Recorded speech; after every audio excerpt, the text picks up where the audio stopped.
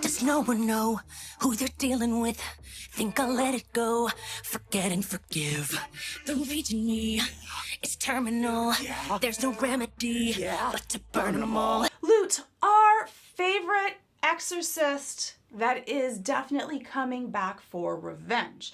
Now, I think that probably most of us already assumed that Lute was going to be the big bad in the coming season of Hazbin Hotel. But the interesting part of Lute is her personality type. If you haven't already seen it, I did do a video on Lute and Adam and a little bit of their relationship and what happened.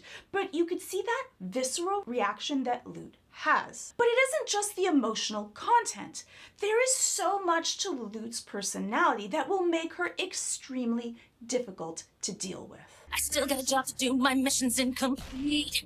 Only a traitor could consider making peace. Lute is black and white, sometimes some shades of gray, but even she dresses that way. When you're dealing with people that are fervent, that are ardent, that are fanaticized, that believe that there is only right and wrong, black and white, this kind of thinking, this very inflexible feeling, it is almost impossible to reason with them, especially when they are flooded with a very strong emotion. The princess has to pay for what she did that day, for what she took away. Storms coming, I can see the clouds. Mental flexibility is actually one of the first signs of mental health, and it also makes you happier and makes it easier for you to deal with the world and the bumps and issues that come up. Because most things in the world are not just all or nothing. It's actually one of those cognitive biases that we try to help train people out of. That's the first sign that someone's lying to themselves or the world that's around them. If ever someone says a statement that's like an all or complete or never, I always know that that is inaccurate, and so we need to actually reflect and look on it, because that isn't true, and that means that you're lying to yourself, and you always have to ask why. It makes the world much easier if you just see it in one way, that simplistic, more childlike way of thinking. It's easier, but it isn't better for you, and it isn't more accurate. But dealing with all of the different colors that sometimes you could be wrong or you could be partially wrong, or maybe you contributed something, is much more mental load. And that's why a lot of people push that thinking away. Oh, it's gonna save you now, and heart is gonna fall down like gravity, like gravity. And often that actually shows that you don't have the emotional capacity, that holding, to be able to look at yourself and the flaws that you have. Because if you do that, you might have to change your entire way of looking at the world. And that actually can make people feel really insecure and scared. So often people will do this black and white thinking to protect themselves, to be able to have someone else be that scapegoat, that thing that they can blame, so that they don't have to look at themselves, because then they'll feel bad and they're not able to cope with that. That might be an avalanche of emotions that they don't have the skills to be able to deal with. Not for an access, you won't be attacked.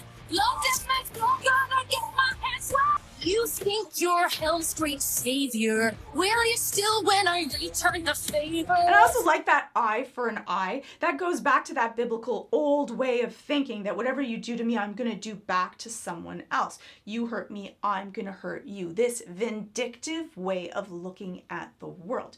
And the more that you do something, the more that you think something, the stronger that becomes. We practice things to get better at them. And so Lute has been playing this story, reliving this event over and over in her head. And that actually makes her feel more upset. That means that she's not going to heal and feel better over time. That old adage that time heals all wounds. Well, not if you are reliving the event ardently, fervently, with a lot of emotions. You can actually start to feel worse. A lot of healing is allowing things to not be forgotten, but allowing those emotions to settle. Because an emotion only lasts for a really short amount of time, do those neurons fire for. But if you're retelling that story in your head of how you've been wronged, you're firing those neurons over and over again. And neurons that are agitated will fire more strongly, will fire for longer. And so because of that, because you're practicing that, you're going to get better at it. So she's getting better at feeling vindictive and angry and hurt and wanting revenge. So she's going to be a big bad that is going to be really difficult, because you can't reason with her when she's in this state. So it's going to be really hard, even for Charlie, who's so empathic, to be able to get through to her. An eye for an eye makes the world blind, but it also doesn't allow for other places of other emotions. Take the one you need, make you watch them bleed. Will you break thinking how you couldn't save her? Wishing you were there when they needed you. The only soul who's ever completed you. She is seeking revenge. She's playing this out in her head. This series of events is living rent-free in her mind. She's actually her own prisoner. That want for revenge is often the poison that you drink and hope that someone else dies. But in the end, it is you that is not able to move on, not able to grow, and stuck in that moment, often because of your own regrets, your own feelings of loss and mourning that may be too difficult. Maybe then you'll get a little heated too and understand why this is what I need to do. Storms coming, I can see the clouds.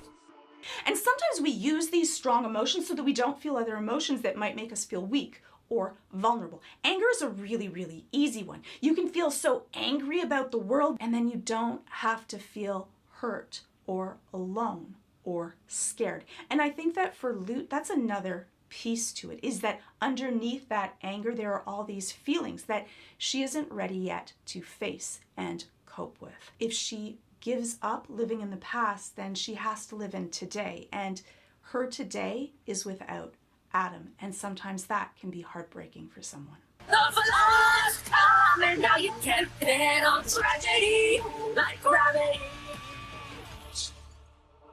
And what happens often to people once they've actually gotten their revenge? Horrible things. They're now left to have to deal with things. It's not over. So often people don't actually want to end this. They just want to live in this. This becomes who they are, and they lose all of the other things that might make their life wonderful. And so sometimes you end up being swallowed in your own pain, which can be devastating also. If you are looking to expand your horizons and your knowledge base, to form your own revenge against ads, to get the content that you want, and support your favorite content creators at the same time, you can think about Nebula. And also there's my Nebula Plus series, where I can go in depth on shows and movies like Hazbin Hotel, K-pop Demon Hunters, Invincible, Castlevania, Arcane, Hell of a Boss, Silent Hill, The Boys. Okay, there's just so much stuff that I can't post on YouTube, and there's some of my favorite things that I've made. Are you annoyed that this video does not have the music to the songs?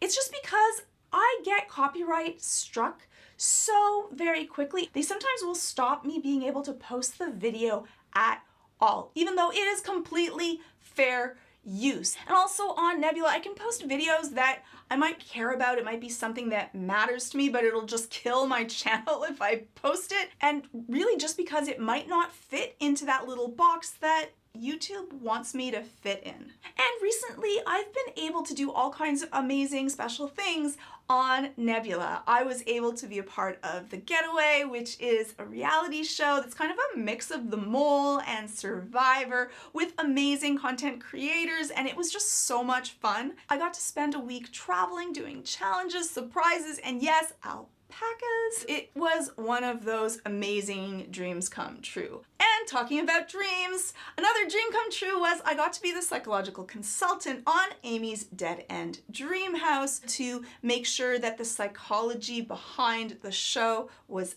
accurate and true to what people actually go through. And on top of that, I got to create an anxiety course on how to deal with anxiety, why do you have it, that goes through really hands-on learning of what to do and why to be able to take back control of your life.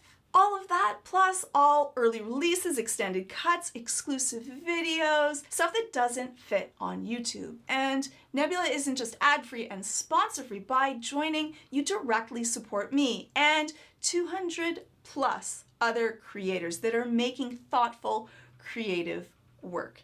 And if you want to go all in, you can get a lifetime membership, no monthly fees, no expiration date, just unlimited access. And if you use my link below, which totally you should use my link, please, you'll save 40%. It's normally $500, but you can get it for $300. And that's all early access, extended versions, originals, courses from amazing Nebula creators. Just click on the link below. So thank you so much to you for watching this video, and thank you so much to Nebula for supporting my work. So that's a little bit about Lute. You can let me know your thoughts of the role that Lute's going to play in the oncoming season, and also Alistair, Lilith, Vox. I think that this is going to be a really amazing season. So you can let me know your ideas in the comments below, and hopefully I'll see you in the next video.